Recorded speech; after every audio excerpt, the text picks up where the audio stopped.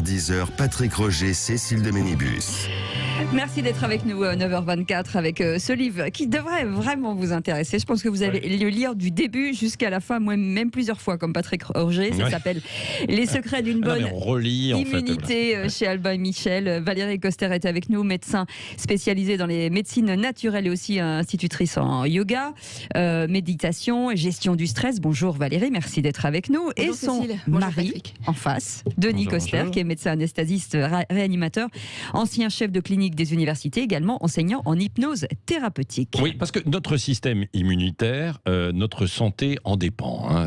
Évidemment, on va voir tout ça en détail. Tout est dit dans votre livre, parce qu'on devrait garder la forme cet hiver si justement on suit toutes ces recommandations. Que faut-il faire? Alimentation, nutrition, rythme de vie, gestion du stress, lutte contre les bactéries et les virus. Déjà, vous rappelez la différence entre une bactérie, parce que bien souvent on confond tout ça, une bactérie qui est un être vivant, et un virus qui ne l'est pas véritablement. Et là, alors, on en arrive au sujet du jour. C'est un peu délicat, mais avant de voir en détail en fait votre livre, par rapport en fait au vaccin dont on parle, qui est un petit peu différent, ARN messager, qui veut en parler en fait, Denis. Oui, alors concernant le vaccin, c'est très difficile de se positionner pour une raison très simple, c'est qu'on n'a pas de recul. C'est un virus ancien, mais du moins nouveau sous sa forme. Donc évidemment, la tentation est de se dire il faut trouver une solution. Le vaccin semble une solution acceptable parce qu'on a l'expérience de la grippe, on a l'expérience d'autres maladies infectieuses, mais en l'occurrence, celui-là, on ne le connaît pas.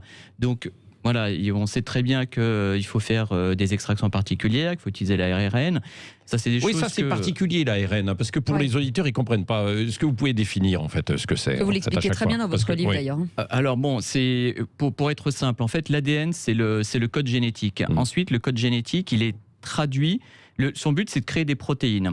Et en fait, l'intermédiaire, c'est l'ARN messager, en fait, qui est vraiment l'intermédiaire entre l'ADN et la création des protéines.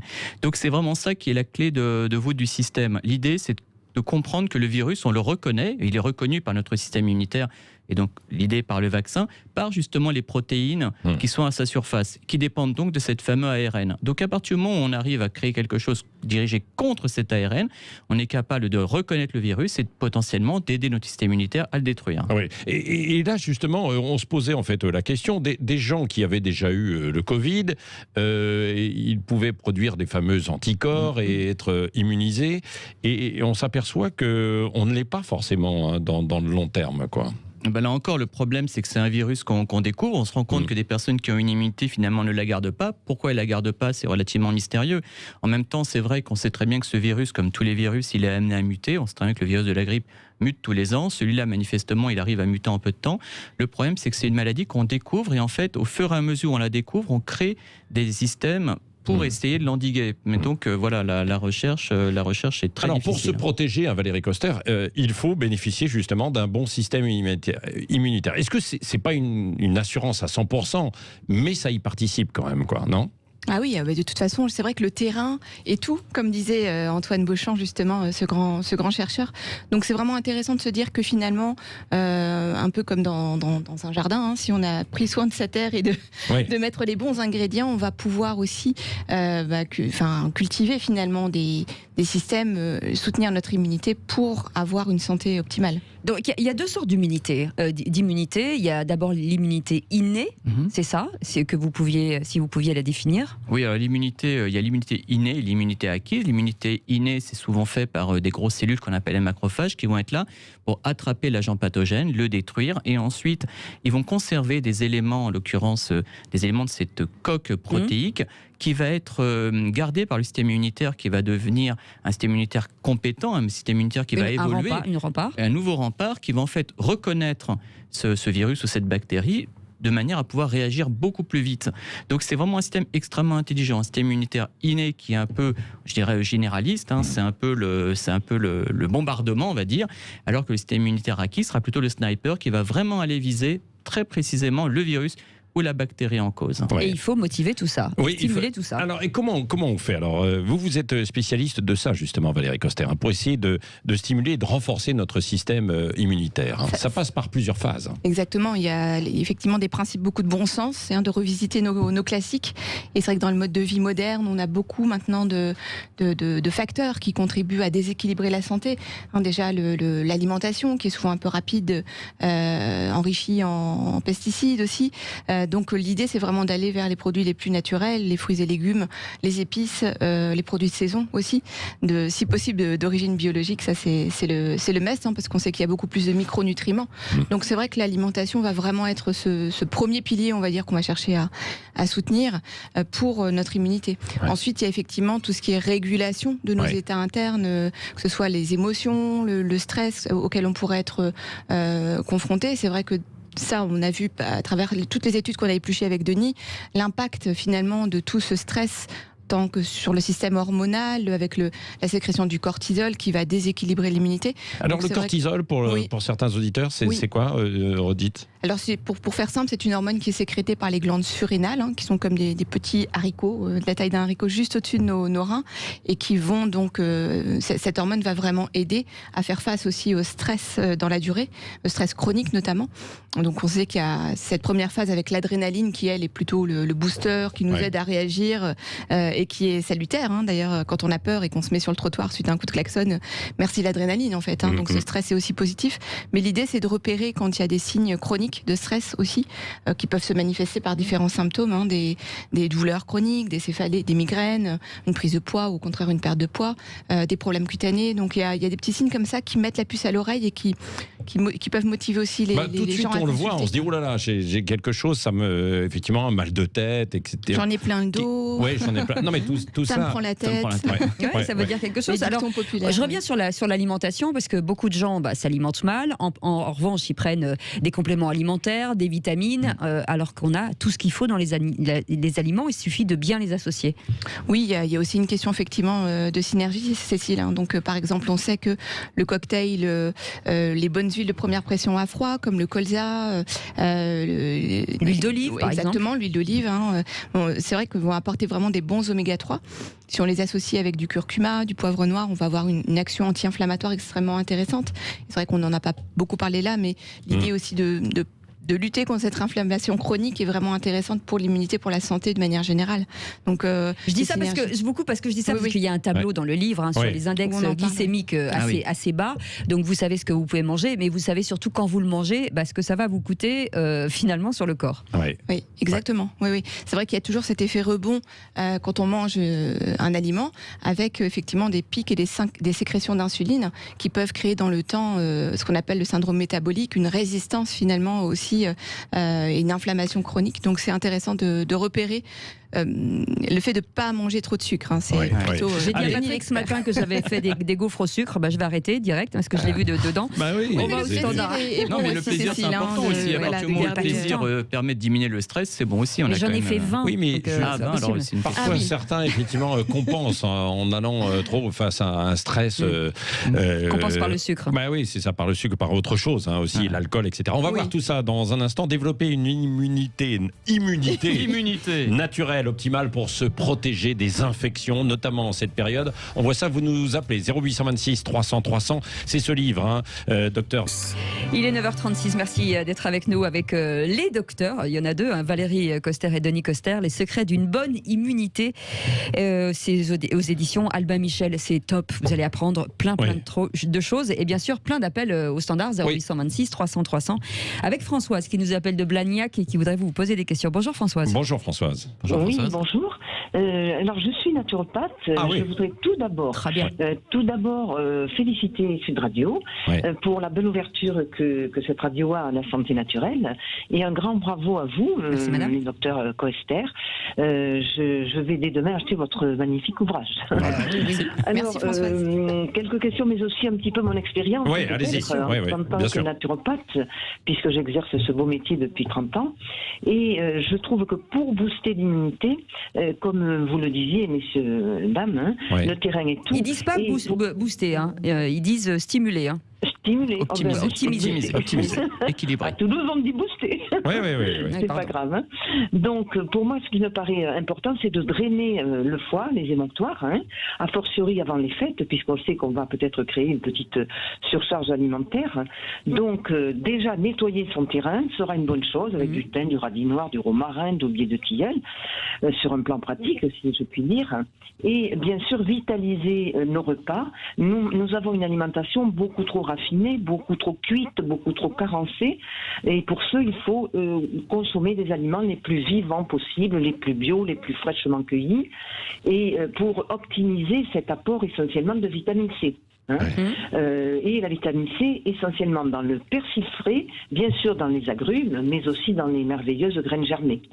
La vitamine A, la vitamine D extraordinaire dans les poissons gras, dans l'huile de foie de morue, le zinc, le magnésium, mais il faut aussi restaurer la muqueuse intestinale, parce que c'est de là que part l'immunité, enfin une partie de l'immunité, et il y a pour cela une plante qui s'appelle l'aloe arborescent, qui poussait au Mexique ou même au Brésil, mais qui pousse maintenant en région toulousaine, à Thil. Et ce merveilleux aloe arborescent est un puissant antioxydant, un anti-inflammatoire et surtout un immunomodulateur.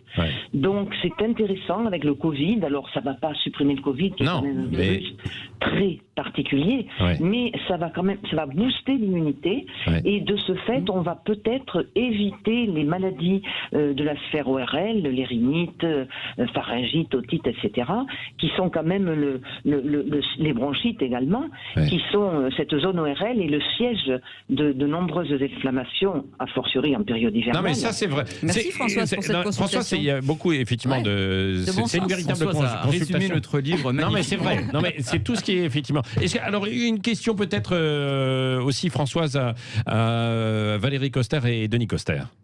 Oui, alors sur le plan de la gestion du stress, de l'hypnose, je crois que dans votre livre, vous en parlez, et vous avez des résultats, vous, avec... La gestion du stress à travers l'hypnose. C'est ça votre question par rapport à l'hypnose ? Oui, c'est une partie que je connais moins, donc c'était un peu ma question. Donc, est-ce qu'on peut réduire le stress avec l'hypnose ? Oui, enfin, il y a différentes manières de gérer le stress. En fait, ce qui est bien, c'est qu'on a tous les deux notre petite marotte. Ma femme, c'est la méditation de pleine conscience, et moi, c'est l'hypnose. Donc, de toute façon, tous ces états qu'on pourrait dire non ordinaires de conscience, qui sont en fait des états où finalement notre conscient va un petit peu amoindrir le flux des pensées pour laisser place à l'inconscient, au subconscient, sont des états qui permettent une gestion du stress, parce que en fait il y a un lien corps-esprit qui est très net, ce qu'on appelle le système sympathique et parasympathique. Donc à partir du moment où on calme les pensées, on va calmer les émotions, et vous êtes aussi sympathique que le système, et donc on va calmer les émotions. À partir du moment où on calme les émotions, on va avoir toute une espèce de cascade physiologique qui va stabiliser et ralentir le métabolisme. Bon, mais ça c'est quasiment la même chose avec la méditation, non dont alors, vous êtes adepte, vous, Valérie Coster, en fait, la petite différence, je dirais, entre l'hypnose et la méditation, on va dire que la porte d'entrée est à peu près similaire. C'est-à-dire que l'hypnose va être différente en ce sens que l'hypnose va chercher plus à être proactive, là où la méditation va plutôt être, entre guillemets, contemplative. En sachant qu'être contemplatif n'est pas du tout négatif, bien au contraire, c'est une magnifique aide. Après, la finalité est un petit peu différente. L'idée est finalement d'éviter les phénomènes de lutte qu'on peut se créer parfois par rapport au fait de vouloir absolument changer des situations. Et là, tout ce qui est finalement cette résistance, comme dit la phrase, tout ce à quoi je résiste persiste. Et tout, tu peux dire la suite. Tout ce à quoi je fais face, c'est face. Voilà, c'est quoi ? C'est le lâcher prise, c'est ça ? Oui, une forme de lâcher prise sans injonction, mais l'idée de devenir observateur de nos processus, c'est de se dire, ok, c'est là en fait. Mais c'est juste une expérience qui est en train de me traverser, sans forcément chercher à rejeter quoi que ce soit, en disant ok, j'en suis là, et voilà. Du coup, ça crée moins de résistance dans l'organisme, et par cette action-là aussi, donc il y a moins de stress, moins le circuit effectivement hormonal et parasympathique peuvent se remettre dans le bon sens. D'ailleurs, vous proposez des exercices dans votre livre de méditation. Est-ce qu'on peut donner des conseils, parce que là on va arriver aux fêtes de fin d'année, forcément, elle l'a dit Françoise, on va tous dévorer. Est-ce qu'il y a des conseils alimentaires qu'on peut faire pour préparer son estomac ou en tout cas la rentrée de janvier? Déjà, éviter tout ce qui est les sucres à index glycémique élevé, là, comme on en a parlé. Ça, c'est le principal. Après, effectivement, limiter les aliments trop gras, trop salés, trop sucrés, ça, c'est tout ce qu'on en répète, mais c'est la vérité. En fait, si vous voulez, ce qui est intéressant, c'est qu'il y a beaucoup de choses qui sont dites par rapport à l'immunité, par rapport à la santé. Et c'est vrai que quand on a écrit le livre, on a juste une démarche scientifique, c'est-à-dire on a regardé réellement qu'est-ce qui, dans la littérature médicale, corrobore ces, entre guillemets, remèdes de grand-mère. On a vu qu'effectivement, ces remèdes de grand-mère étaient parfaitement corroborés. La vitamine D, le zinc, dont il était question tout à l'heure. Ouais. Tout ça, c'est complètement documenté. Sur la vitamine, parce que là, c'est assez intéressant. On disait tout à l'heure qu'il faut la développer, développer en fait l'ensemble de la vitamine et de notre système immunitaire sans forcément booster trop. Surtout pas. Comme le disait Françoise. C'est-à-dire que le terme est peut-être pas juste, quoi. Hein, parce que si on booste, il risque d'y avoir des accidents. En fait, c'est ça. L'idée de booster, c'est toujours tentant parce qu'on a l'impression qu'il faut toujours booster les choses. Mais en fait, un système immunitaire, c'est un équilibre. Le système immunitaire est là pour reconnaître le soi du non-soi. Mais à partir du moment où le système immunitaire est boosté, qu'il est excessivement actif, il risque de reconnaître quelque chose qui nous appartient comme étant étranger. C'est ce qui va entraîner les réactions les maladies anaphylactiques, par exemple, et les maladies auto-immunes, où à ce moment-là, le système immunitaire est déréglé parce que trop boosté et va s'attaquer à notre il faut le maintenir, quoi. Il faut le maintenir. Parce que souvent, on a du déficit et c'est pour ça qu'on dit je vais le booster, quoi. Tout à fait. En fait, c'est ça, quoi. Tout à fait. Valérie Coster. Le petit ronron syndical, c'est-à-dire sentir qu'on est vraiment dans cet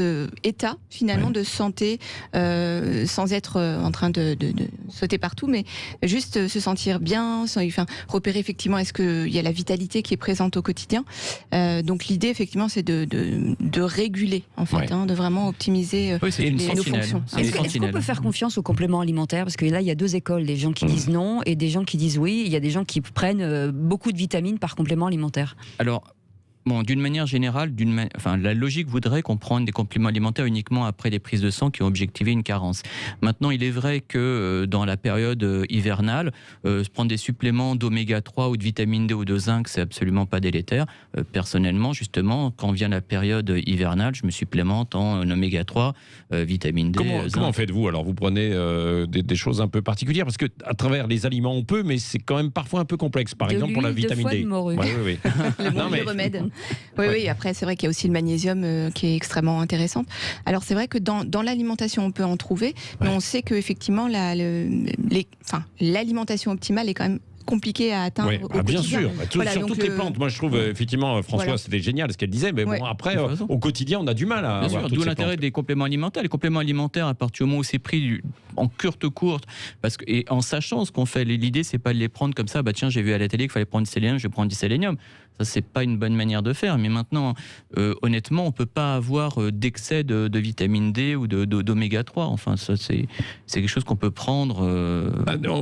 J'avais cru comprendre quand même qu'on pouvait avoir des excès, que c'était dangereux. Parce que là, il y a une ruée sur les vitamines D actuellement, parce qu'on a dit qu'il pouvait y avoir un effet protecteur par rapport au Covid, et que certains médecins disaient attention, ça peut être dangereux. C'est toujours la même chose, ça dépend quelle vitamine. Maintenant, il faut comme on dit, raison garder, une supplémentation qui correspond aux apports physiologiques. C'est tout à fait sain, que ce soit en vitamine D, en oméga 3, en zinc, en sélénium, dans tous ces oligo-éléments. Maintenant, c'est sûr que notre alimentation est censée nous l'apporter. Force est de constater que l'alimentation moderne est quand même extrêmement carencée en nombreux vitamines et oligo-éléments.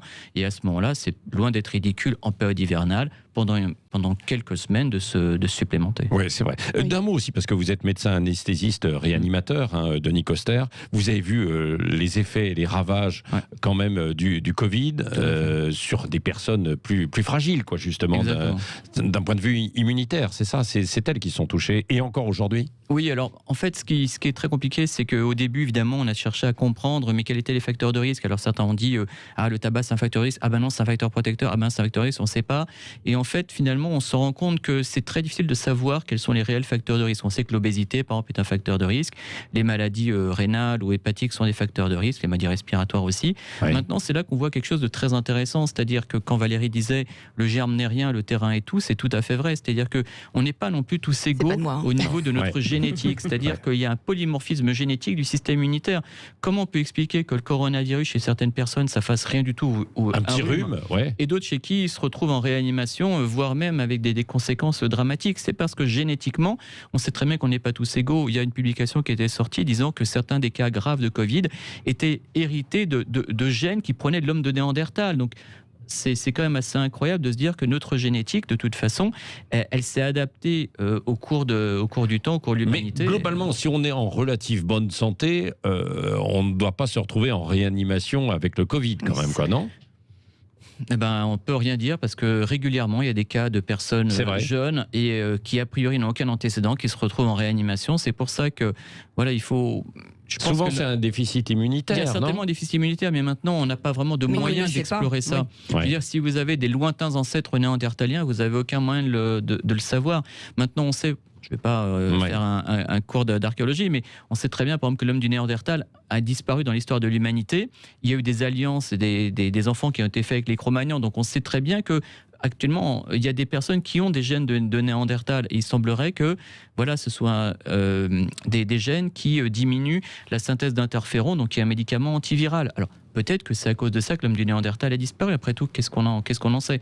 Ce qui est sûr, c'est qu'il y a l'inné, il y a l'acquis, et on a quand même une part d'inné, et on ne peut pas nier ça. Ouais. Merci, en tout cas, c'est passionnant. Les secrets d'une bonne immunité, c'est aux éditions Albin Michel. Voilà.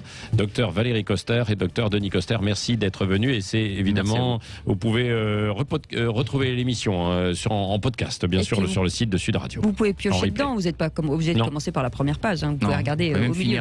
Oui, voilà. Exactement. C'est de y retourner quand on en a besoin. Merci beaucoup d'avoir été avec nous. Merci. Et on se retrouve jusqu'à 10h. Dans un instant, l'Espagne face au Covid-19 avec Emmanuel Razavi de Global GeoNews. Voilà, Global GeoNews qui se transforme cette semaine en Field. C'est un nouveau site, un magazine de grands reportages et d'actualité générale. Et on sera en Espagne avec, il y a un petit spray qui est en train d'être breveté pour pouvoir se protéger, on le met dans le nez, se protéger en fait éventuellement du Covid. On en parle beaucoup là-bas en Espagne. On en parlera donc avec Emmanuel Razavi et puis ensuite tous les autres sujets qui sont à la une de Field. Restez avec nous, on revient tout de suite.